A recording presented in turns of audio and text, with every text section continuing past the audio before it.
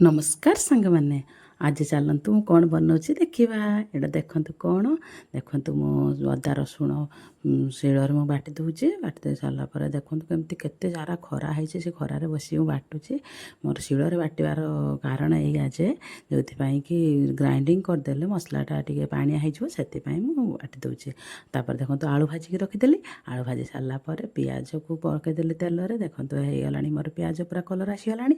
Colour ଆସିଗଲା ପରେ ତାପରେ ଅଦା ରସୁଣ ପେଷ୍ଟ ପକାଇବା। ଦେଖନ୍ତୁ ମୁଁ ତାପରେ ଅଦା ରସୁଣ ପେଷ୍ଟ ପକାଇ ଦେଉଛି। ଅଦା ରସୁଣ ପେଷ୍ଟ ଆମର ପକାଇ ସାରିଲା ପରେ ଦେଖନ୍ତୁ କେମିତି ଆସିଗଲା ଅଦା ରସୁଣ ପେଷ୍ଟ ପକାଇ ସାରିଲା ପରେ ଭଲ ଭାବେ ମୁଭମେଣ୍ଟ କରିଦେଲି। ଦେଖନ୍ତୁ ମିଶିଗଲା ଅଦା ରସୁଣ ପେଷ୍ଟ। ତାପରେ ଆମେ କ'ଣ କରିବା ନା, ଦେଖନ୍ତୁ ମସଲା କେମିତି ସୁନ୍ଦର ହେଇଯାଇଛି। ବର୍ତ୍ତମାନ ମିଶିଗଲା, ବହୁତ ସୁନ୍ଦର ଦେଖାହେଉଛି ମସଲା, ପୁରା ବହଳିଆ ବହଳିଆ ହେଇଛି, ପୁରା ଗ୍ରେଭି ହେଇଛି। ଦେଖନ୍ତୁ ପୁରା କଲର୍ ବି ଆସିଗଲାଣି। ଆଉ ଆମର ମସଲା ହେଇଗଲା। ମସଲା ହେଇସାରିଲା ପରେ ଆମେ କ'ଣ ପକାଇବା, ବର୍ତ୍ତମାନ ଆମେ ଚାଲନ୍ତୁ ଯିବା ଗୋଟେ ପପେୟା ଆଣିବା। ମୋର ରୋଷେଇ ପାଖରେ ପପେୟା ଗଛଟି ବି ଅଛି। ଦେଖନ୍ତୁ କେତେ ସାରା ପପେୟା ଆମ ଗଛରେ ହେଇଛି, ସେଥିପାଇଁ ପପେୟା ନେଇ ଆସିଲି। ଦେଖନ୍ତୁ କେତେ ବଡ଼ ପପେୟାଟା ନେଇ ଆସିଲା ପରେ ଆମେ ତାକୁ କାଟି କୁଟାକି ସାଇଜ୍ କରିଦେଲି। କରିସାରିଲା ପରେ ତାପରେ ବର୍ତ୍ତମାନ ଆମେ ପକାଇବା। ସେଥିପାଇଁ ମୋର ମସଲା ପକାଇ ନଥିଲି, ଖାଲି ଅଦା ରସୁଣ ପେଷ୍ଟ ପକାଇଲି। ସେଥିପାଇଁ ଚିକେନ୍ ମସଲା ଆଉ ହେଉଛି ଭାରତ ମସଲାର ଧନିଆ ପାଉଡ଼ର ଟିକେ ପକାଇଦେଲି। ପକାଇ ଦେଇ ସାରିଲା ପରେ ତାପରେ କରି ପାଉଡ଼ର ଟିକେ ପକାଇଦେଲି, କାହିଁକି ଟିକେ ବାସ୍ନା ମୋତେ ଭଲ ଆସେ। ସେଥିପାଇଁ ଆମିଷ ମାନେ ଯେମିତି ଟିକେ ଆଇଁଷିଆ ସ୍ମେଲ୍ ହୁଏ, ଏମିତି ନ ହେବା ପାଇଁ ମୁଁ ସେଥିପାଇଁ କରି ପାଉଡ଼ର ଟିକେ ପକାଇଦିଏ। ବାସ୍ ମୋର ମସଲା ସବୁ ପଡ଼ିଗଲା ବର୍ତ୍ତମାନ ପାଇଁ। ତାପରେ ବର୍ତ୍ତମାନ କାଟି ରଖିଥିବା ପପେୟାକୁ ପକାଇଦେଲି। ପକାଇ ଦେଇ ସାରିଲା ପରେ ଦେଖନ୍ତୁ ପପେୟାକୁ ଭଲ ଭାବେ ମିକ୍ସ କରିଦେଉଛି। ଭଲ ଭାବେ ପପେୟାର ଯେହେତୁ ମୋଟା ମୋଟା ଥାଏ, ସେଥିପାଇଁ ମାଂସ ସହ ପକାଇଲେ ସିଝେନି ଭଲ। ସେଥିପାଇଁ ମୁଁ ମସଲା ଦେଇକି ପପେୟାକୁ ଆଗେ ପକାଇଦେଲି। ପପେୟା ହେଇଗଲା ପରେ ଅଧା ସିଝିଗଲା ପରେ ତାପରେ ମୁଁ ମାଂସ ପକାଇବି। ସେଥିପାଇଁ ଦେଖନ୍ତୁ ପପେୟା ସିଝି ଆସିଲାଣି। ତାର ଦେଖନ୍ତୁ କେମିତି ବହଳିଆ ହେଇଯାଇଛି ଝୋଳଟା। ବାସ୍ ସେମିତି ହେଇଗଲା ପରେ ତାକୁ ମୁଁ ଢଙ୍କେଇଦେଲି। ଦେଖନ୍ତୁ ହେଇଗଲା। ତାପରେ ମୁଁ କ'ଣ କଲି, ବହୁତ ସାରା ଗରମ ଲାଗୁଥିଲା, ଏତେ ଖରା ଥିଲା, ଯେହେତୁ ବହୁତ ଗୁଳୁଗୁଳି ଥିଲା, ସେଥିପାଇଁ ବସେଇକି ତରକାରୀ ଟିକେ ବାହାରେ ଆସିକି ବୁଲି ଆସିଲି। ଦେଖନ୍ତୁ ମୁଁ ବାହାରେ ଟିକେ ବୁଲୁଛି, କେତେ ସାରା ଖରା ହେଇଛି, ଗରମରେ ପୁରା ମୋତେ ପୋଡ଼ି ପକାଇଲାଣି ସେଠି। ସେଥିପାଇଁ ମୁଁ ଟିକେ ବାହାରେ ଆସିକି ବୁଲି ଯାଉଥିଲି। ଦେଖନ୍ତୁ କେତେ ସୁନ୍ଦର, ବର୍ଷା ବି ଟିକେ ଆସିଲାଣି। ଆସିଲା ପରେ ମୁଁ ସେଠି ଦେଖନ୍ତୁ କେମିତି ଆମର ସବୁଜ ସବୁଜ ଦେଖାହେଉଛି। ଆମର ଧାନ ଚାଷ ବି ସାଇଡ଼୍ରେ ହେଇଛି। ଦେଖନ୍ତୁ କେମିତି ସବୁଜ ପୁରା ଗ୍ରୀନ୍ ସବୁ ଦେଖାହେଉଛି ଆମ ଗାଁ ସାଇଡ଼୍ରେ। ଆମ ଗାଁ ପରିବେଶ ବହୁତ ସୁନ୍ଦର, ବହୁତ ବଢ଼ିଆ ଲାଗେ। ଏଠି ବୁଲି ବୁଲାକି ତାପରେ ଦେଖନ୍ତୁ ବହୁତ ସୁନ୍ଦର ଲାଗୁଛି। ପଛପଟଟା ଦେଖନ୍ତୁ, ଲୋକେସନ୍ଟା କେତେ ସୁନ୍ଦର ହେଇଛି। ତାପରେ ମୁଁ ଗଲାବେଳେ ମୋର କୋଳି ଗଛ ଉପରେ ଆଖି ପଡ଼ିଗଲା। ବର୍ତ୍ତମାନ କାହାରି ଗଛରେ କୋଳି ତ ନଥିବ।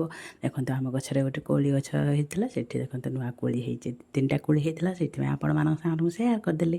ଦେଖନ୍ତୁ କୋଳି ହେଇଛି ଆମର, ଏଠି ଗୋଟେ ହେଇଛି, ସେଇଠି ଗୋଟେ ହେଇଛି, ସେଇଠି ଗୋଟେ ହେଇଛି। ଆଉ ଦେଖେଇଦେଲି। ତାପରେ ଏମିତି ଗୋଟେ ଛୋଟ ପପେୟା ନେଇ ଆସିଲି। କହନ୍ତି ଯେ ଛୋଟ ପପେୟାର କ୍ଷୀର ଟିକେ ପକାଇଦେଲେ ମାଂସର ଟେଷ୍ଟ, ତରକାରୀ ଟେଷ୍ଟ ଡବଲ୍ ହେଇଯାଏ। ସେଥିପାଇଁ ଯେହେତୁ ଗଛର ପପେୟା ଅଛି, ଗୋଟେ ନେଇ ଆସିଲେ। ଦେଖନ୍ତୁ କ୍ଷୀର ମୁଁ ପକାଇ ଦେଉଛି। ପକାଇ ସାରିଲା ପରେ ସାଙ୍ଗେ ସାଙ୍ଗେ ମାନେ ମାଂସ ବହୁତ କମ୍ ସମୟରେ ସିଝିଯାଏ। ଦେଖନ୍ତୁ ଆସିଗଲା ଆମର ଚିକେନ୍, ଲାଲ ଲାଲ କେମିତି। ମୁଁ ତାକୁ ସକାଳେ ମୋତେ ଦେଇ ଯାଇଥିଲେ ଯେହେତୁ, ସେଥିପାଇଁ ମୁଁ ତାକୁ ସୋରିଷ ତେଲ ଆଉ ହଳଦୀ ଗୁଣ୍ଡ ଦେଇ ରଖିଦେଇଥିଲି। କଲର୍ଫୁଲ୍ ହେଇଯାଇଛି କେମିତି।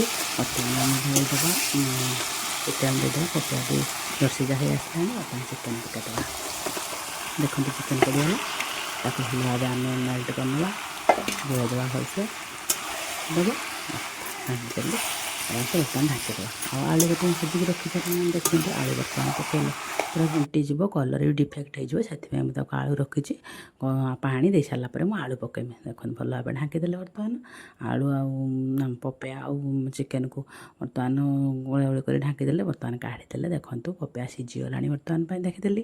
ତାପରେ ଦେଖନ୍ତୁ କଷା ବି ହେଇଗଲା। ସ୍ୱାମୀଙ୍କର ଖୁଆଇ ଆସିଛି, ତାଙ୍କ ପାଇଁ କଷା ମାଂସ ବାହାରିବ, କାହିଁକିନା ସେ ଘର ପାଖରେ ରହିପାରନ୍ତିନି, କେଉଁଦିନ କଷା ମାଂସ ଖାଇପାରନ୍ତିନି। ସେଥିପାଇଁ ମୁଁ ତାଙ୍କ ପାଇଁ କଷା ମାଂସ ରଖିଦେଲି। ଆଉ ଗରମ କରି ରଖିଥିବା ପାଣିକୁ ମୁଁ ଦେଇଦେଲି ତରକାରୀରେ। ଦେଖନ୍ତୁ ଗରମ ପାଣି ମୁଁ ଦେଇଦେଲି ତରକାରୀରେ। ଆସିଗଲା ତାର କଲର୍। ଦେଖନ୍ତୁ କେମିତି ଦେଖାହେଉଛି।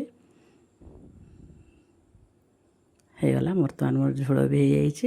ତାପରେ ମୁଁ ଗରମ ମସଲା ପକାଇଦିଏ। ମାନେ ଏଇ ଗରମ ମସଲାଟା ପକାଇଲେ ବହୁତ ବଢ଼ିଆ ସ୍ମେଲ୍ ଆସେ, ଆଉ ଟେଷ୍ଟ ବି ତରକାରୀ ଲାଗେ। ସେଥିପାଇଁ ମୁଁ ଏଇଟା ମୋର ପକାଏ।